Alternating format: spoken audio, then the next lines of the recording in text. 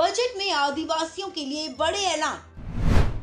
9 राज्यों के चुनाव से है कनेक्शन। समझे पूरा गणित। मोदी सरकार ने वित्त वर्ष 2023-24 के लिए बजट की घोषणा कर दी है।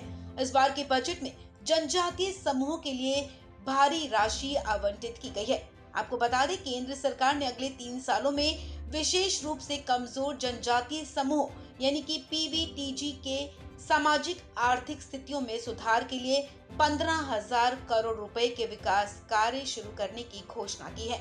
आइए आपको बताते हैं, वित्त मंत्री निर्मला सीतारमण ने आदिवासी समुदाय के लिए क्या क्या घोषणाएं की हैं। आपको बता दें कि आदिवासी मामलों के मंत्रालय का बजटीय आवंटन बढ़ाकर 12,414.95 करोड़ रुपए कर दिया गया है, जो पिछले साल की तुलना में लगभग 48% ज्यादा है।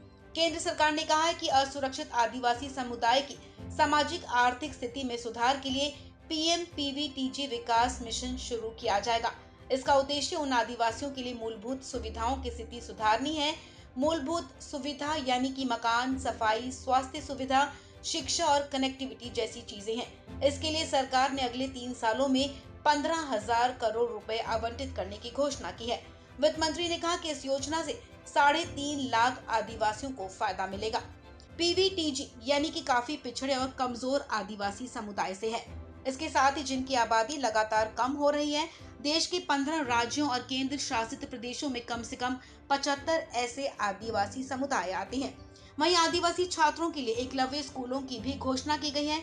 वित्त मंत्री ने अगले 3 सालों में 740 एकलव्य मॉडल आवासीय विद्यालयों के लिए 38,800 शिक्षकों और सहायक कर्मचारियों की भर्ती की घोषणा की है। एकलव्य स्कूलों का संचालन आदिवासी मंत्रालय करता है। देश भर के दूर दराज के क्षेत्रों में लगभग 3.5 लाख आदिवासी छात्र यहाँ पढ़ाई कर रहे हैं। एकलव्य स्कूलों के लिए आवंटित बजट भी 2023-24 में 2022-23 के 2,000 करोड़ रुपए से बढ़कर 5,943 करोड़ रुपए कर दिया गया है। निर्मला सीतारमण ने प्रभावित जनजातियों क्षेत्रों के लिए 2047 तक स्किल सेल एनीमिया को खत्म करने के लिए एक मिशन शुरू करने की भी घोषणा की है। वित्त मंत्री ने कारीगरों और शिल्पकारों के लिए पीएम विकास पैकेज की भी घोषणा की है। उन्होंने कहा कि इससे अनुसूचित जाति, अनुसूचित जनजाति, ओबीसी, महिलाओं और कमजोर वर्गों को लाभ मिलेगा।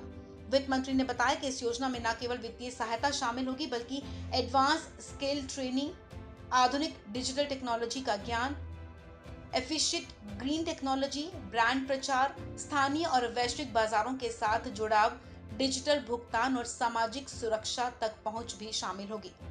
आपको बता दें कि इस साल देश में 9 राज्यों में चुनाव होने हैं। ऐसे में सरकार की तरफ से आदिवासियों के लिए उठाए गए इस कदम को भी उससे जोड़कर देखा जा रहा है, क्योंकि साल 2023 में 9 राज्यों कर्नाटक, मध्य प्रदेश, राजस्थान, छत्तीसगढ़, तेलंगाना, मेघालय, मिजोरम, नागालैंड और त्रिपुरा में विधानसभा चुनाव होने हैं। इन चुनावों को 2024 के आम चुनाव के पहले का सेमीफाइनल माना जा रहा है। इनमें से कई राज्यों में जनजातीय आबादी की सरकार बनाने में अहम भूमिका होती है। बता दें कि छत्तीसगढ़ और त्रिपुरा में 30% से ज्यादा जनजातीय आबादी है।